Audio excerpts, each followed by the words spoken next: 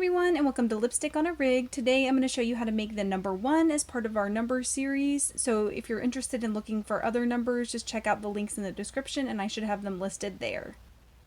To get started, grab your size G or 6 crochet hook and some size 4 medium weight acrylic yarn. To begin, we are just going to attach the yarn to our crochet hook and chain 10.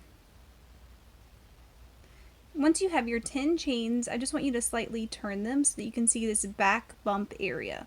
So not part of your normal V-stitch, but the back bumps here. And all we're going to do is we are going to place a double crochet in the third back bump from our hook. So not this one, but this one right here. And you just want to repeat, placing one double crochet in the rest of the back bumps on this row. And when you are done, it should look something like this. So all you need to do is just tie off your yarn. And there you have it, you have now completed your number one.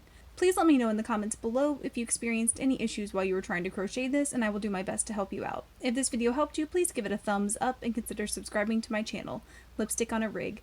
Thank you so much for crocheting with me, and I hope you have a wonderful, awesome day.